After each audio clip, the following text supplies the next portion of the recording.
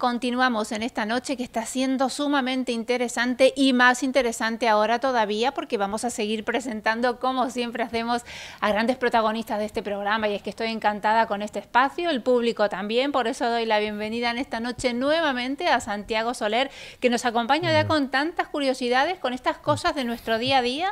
Santiago, buenas noches. Con esto que nos rodea, ¿no? Con esto que nos rodea, exactamente. Bueno, es que estamos aprendiendo mucho. Yo no me canso de decirlo porque realmente sí que es interesante, y también hoy va a serlo porque vamos a hablar, que me lo habías adelantado ya, de grafitis. Ay, Dios mío, pues bueno, decimos que tendrá que ver esto con el derecho, con la propiedad industrial, pero bueno. Pues tiene mucho que ver. Tiene mucho que ver. Efectivamente. Es verdad que tenemos el concepto de los grafitis como esas pintadas en la calle, ¿no? Claro. Pero sin embargo, en determinados supuestos, pues pueden ser considerados como un cuadro. Hay murales realmente buenos en la calle, ¿no?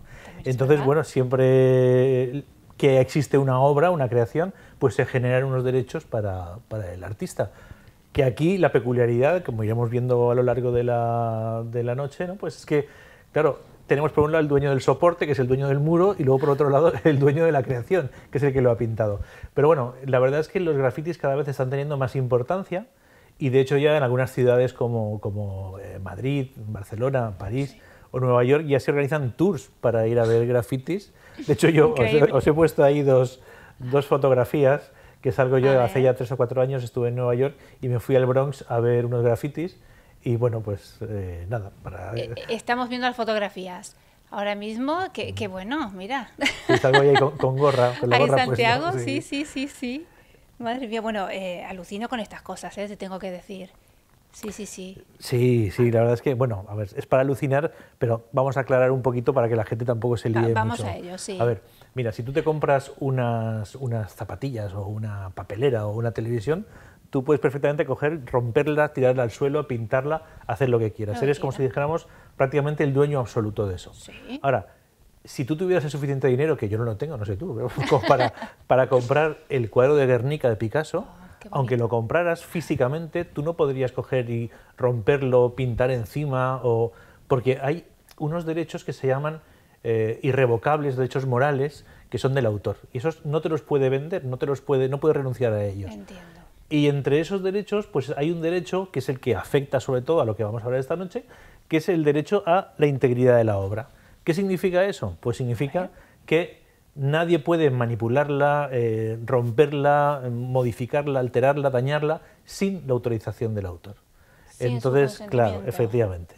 Entonces, ese es donde ahí aparece el lío. Ahí aparece el lío, vamos a ello entonces, vamos a entrar en tema porque, a ver, vamos a ver, si pintan la fachada de mi casa, necesito entonces ese consentimiento para eliminar su obra, por ejemplo. Pues sí, vamos a ir viendo. Pero bueno, a ver, lo primero que tenemos que distinguir es entre lo que es un mero acto vandálico, ¿no? La pintada sin gusto, sin gracia, grosera, y lo que es realmente un mural que merece la pena, ¿no? Entonces, ahí, por ejemplo, pues os pongo, también os he traído unas fotografías, todas son del barrio del Carmen, las que he traído por aquí, porque lo tenemos aquí cerquita además, o sea que es fantástico.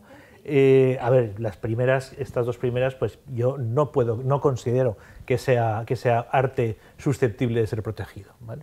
Pero sí que es verdad que, por ejemplo, hay otras, por ejemplo, también, una no es del barrio del Carmen, pero las demás sí, en donde ya se ve efectivamente una intencionalidad, ya se ve que se busca una estética, que ha habido una planificación, que ya están plasmando un poco la personalidad del autor, y sobre todo una cosa muy importante es que ya alguna de ellas aparece firmada.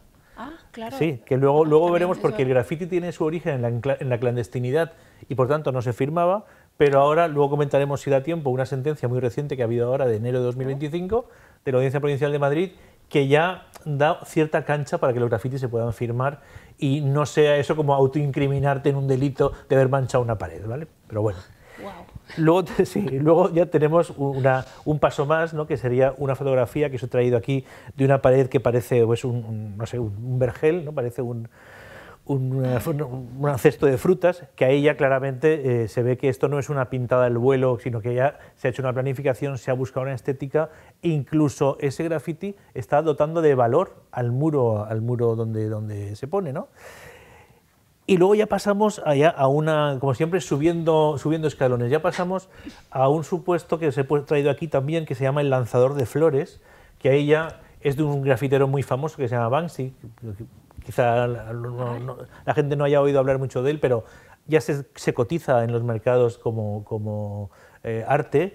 Y bueno, aquí ya vemos que hay un estilo claro, hay un mensaje. De hecho, este graffiti pues está, creo recordar, en una pared de Cisjordania, o sea, que tiene un valor, de Palestina, es decir, que tiene un valor quizá mayor por el hecho pues de estar allí y de mostrar a una persona lanzando flores, ¿no? Es decir, que de hecho, fíjate, te voy a contar una historia sobre Banksy, que es una historia curiosa, que también os he traído una fotografía. Mira, te acordarás hace unos años que hubo en París unos atentados terribles en la sala Bataclan, que allí hubo, pues, murió un montón de gente, que fue horrible, y los terroristas huyeron por una puerta que estaba en la parte de atrás del edificio. Bueno, pues este grafitero, Banksy, lo que hizo fue esa puerta pintar una niña, lo que se llamó la niña triste, la niña llorando. Cada vez fue casi sitio de peregrinación, ¿no? Cada vez más gente iba a verla, se organizaban tours para ir a ver ese grafiti de la niña llorando, por la carga emocional que tenía y también pues porque era un gran grafitero conocido, y de repente una noche desapareció la puerta. Se llevaron la puerta para llevarse grafiti, pero no fue un acto de gamberrismo, no. Era una red internacional de contrabando, iba a decir, bueno, de trata de obras de arte, y la puerta apareció en Italia, ni más ni menos, o sea que... Sí, o sea que imagínate, a veces podemos ir por la calle y estar viendo cosas y no sabemos realmente el valor que pueden llegar a tener. Claro, cómo imaginarnos eso también, ¿no? Efectivamente. Bueno, pero yo insisto un poco y volviendo a esto, porque además me parece que será muy interesante, sobre todo para los espectadores, si pintan la fachada de mi casa, yo debo pedir permiso si quiero hacer una obra, si quiero derribar, incluso si quiero pintar.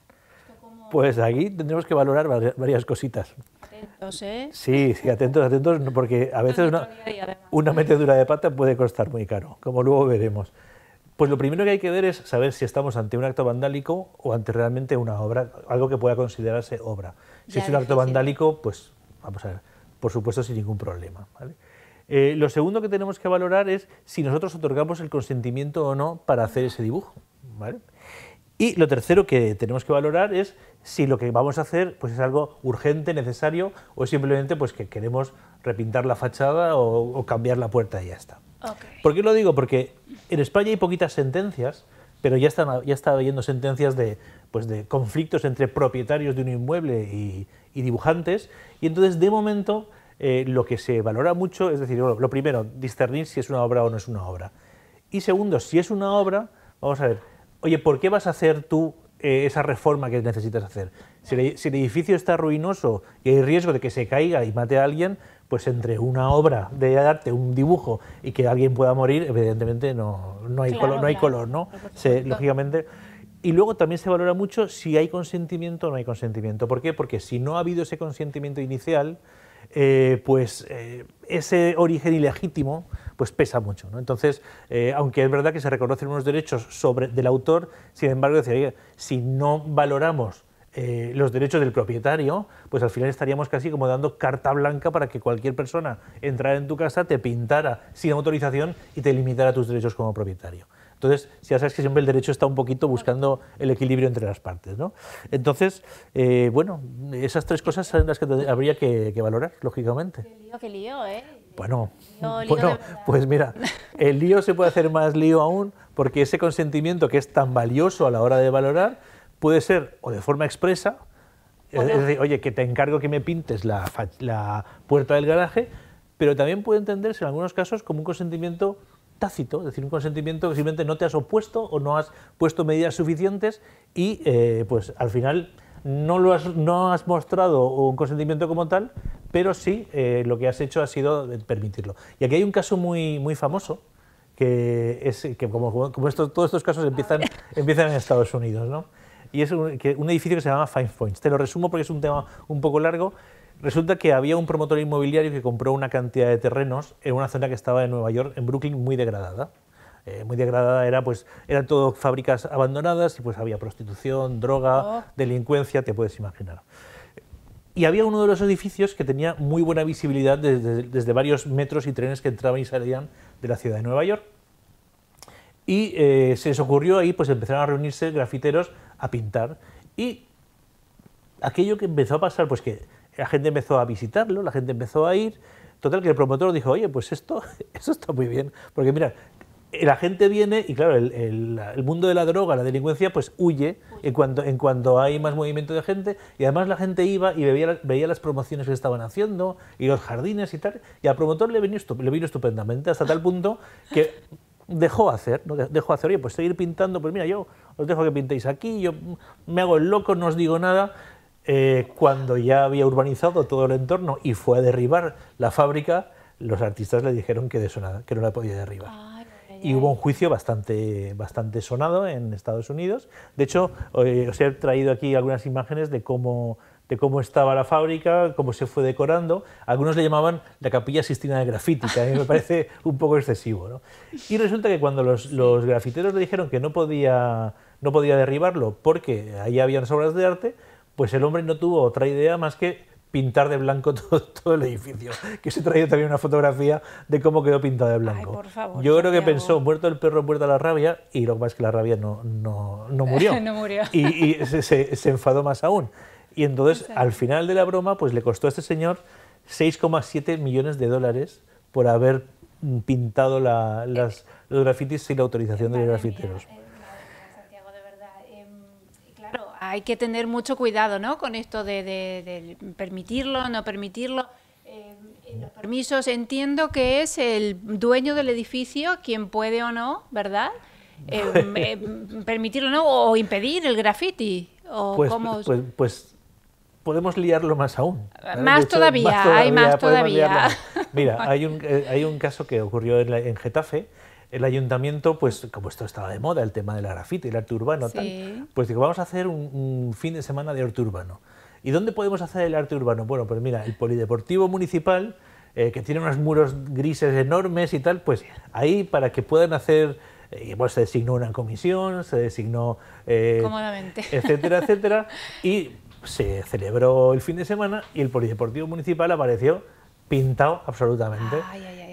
¿Y qué pasó? Que el estudio de arquitectos que había diseñado el polideportivo dijo, oye, perdona, que la fachada del polideportivo es propiedad intelectual nuestra y por tanto me habéis dejado irreconocible mi obra. Entonces alegó precisamente el derecho a la integridad de la obra del arquitecto en contra del ayuntamiento que había permitido que unos grafiteros pintaran el polideportivo. Os he traído también unas fotografías del polideportivo en su estado original y después cómo quedó después del fin de semana.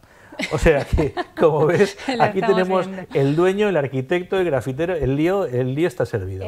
Bueno, Santiago, sí, realmente que hay lío y ahí hay mucho lío por lo que veo y muchas cosas que me parece que es la bomba ya, con lo que me estás contando. O sea que... Pues hay mucho más. Hay más, a ver, bueno, vamos a ello, que es interesante. Claro, tú piensas que el grafiti es una obra, el grafiti o el arte urbano, es una obra que está en la calle. Como obra en la calle, cualquiera tiene capacidad de poderla fotografiar y poderla utilizarla, salvo para sacar un beneficio económico. Ese es un límite. Entonces, ¿esto qué quiere decir? Que no se puede utilizar en publicidad. De hecho hay H&M hizo una campaña publicitaria en la que salía una persona y de fondo una pared de un polideportivo en donde había un mural de un grafitero conocido. Y ese grafitero se opuso a que H&M utilizara esa campaña publicitaria porque él decía que no quería que sus grafitis y sus obras tuvieran nada que ver con una explotación comercial y hasta tal punto fue que H&M se vio obligada a cancelar la campaña de publicidad. Ese mismo grafitero que se llama Reebok, que es bastante conocido también, pues tuvo un conflicto también con Roberto Cavalli porque Roberto Cavalli se inspiró, que también he puesto ahí una fotografía, para una de sus telas en uno de sus trajes, pues en un grafiti de este señor y evidentemente pues este señor pues se demandó a Roberto Cavalli para que no pudiera utilizar más esas telas. Bueno, madre mía, aquí hay cosas que, bueno, en primer lugar no se me habían ocurrido en la vida y quiero decir atención a los fotógrafos, sobre todo los que se dediquen a la publicidad, cuidado con hacer fotos que detrás tengan un grafiti, eso para empezar, y mucho cuidado también con utilizar grafitis sin el permiso entonces de su artista. De su artista, efectivamente. Claro. Efectivamente. Uy, pero Santiago, qué cosas. Sí. A ver, al final una obra esté en un museo o esté en la calle, al final son derechos de autor y por tanto exactamente es exactamente igual de malo es utilizar un graffiti sin autorización del artista que utilizar a Mickey Mouse o utilizar a un cuadro de Dalí, o sea, tal cual, ¿no? Sorprendente, totalmente. Aquí lo que estamos viendo es que hay una evolución, de hecho, a ver, que el artista, como tiene perfecto derecho sobre lo que él ha hecho, estamos viendo que hay alguna evolución de determinados artistas urbanos hacia el mundo comercial. De hecho, aquí en Valencia tenemos uno que seguro que si veis las fotografías lo identificaréis porque vamos, yo no lo conozco personalmente, pero he visto su muñequito por mil sitios, que se llama David de Limón, que ha dado ese salto y ha pasado a hacer camisetas y a hacer merchandising con su propio muñequito tantas veces repetido por las paredes, o sea que ya estamos dando ese salto, esa evolución. Bueno, y más que habrá posiblemente. Y este lo tenemos aquí. O sea, bueno, la verdad, sorprendente absolutamente, no me imaginaba ciertas cosas. Te diré que a partir de ahora, cuando vaya y vaya mirando por la calle, estoy segura que ya voy a verlo con otros ojos, ¿eh? Después de todo esto que me estás explicando, miraré las cosas de otra manera y bueno, me gustaría, ya que estás aquí, que nos des algún consejo, Santiago, para poder evitar conflictos en este terreno, si es posible. Sí. A ver. Pues mira, lo primero es saber si lo que te hacen en la fachada es una obra o es un mero vandalismo. Claro. Tener claro lo que has consentido o lo que estás permitiendo para que en un momento dado pues poder alegar que no consentiste o que consentiste, depende. Y si tienes que iniciar alguna actuación, pues repintado de fachada, obras, lo que sea, que tengas en cuenta que puede haber alguien que puede tener derecho sobre eso y hay que enfocarlo para evitar tener un conflicto. Y la recomendación que le daría a los grafiteros pues es que ahora ya pueden, a ver, esa sentencia que te he comentado antes, que es reciente, de enero de 2025, pues lo que dice es que el hecho de que aparezca una firma en un graffiti no implica que por la mera firma se pueda ir penalmente contra el grafitero por ir contra el patrimonio, ¿vale? Sino que hay que tener la prueba de que efectivamente esa persona fue quien hizo el graffiti. Así que la mera firma no es. Por lo tanto, pues yo recomiendo, oye, pues que se firme porque primero es un reconocimiento de autoría y segundo, si yo tengo interés en ese graffiti o tengo interés en hacer algo, pues podré tener un medio de comunicarme para llegar a un acuerdo, a un punto de unión y no generar directamente el conflicto y evitar un juicio. Ostras, sí. A medida de que te escucho voy entendiendo. Mira, yo decía, ¿qué tendrá que ver esto? O mucha gente se lo ha podido preguntar con el mundo del derecho, con el de la propiedad intelectual. Bueno, mira, después de toda esta explicación, maravillosa, por cierto, de verdad que me parece una cosa súper, súper interesante. Siempre decimos y reiteramos, está ahí, es nuestro día a día, es lo que nos rodea. Lo que nos rodea. Cierto es, absolutamente. Que te lo juro, que no me ponía yo a pensar en estas cosas hasta no tener este espacio que me encanta, que está siendo tan productivo, de verdad que sí.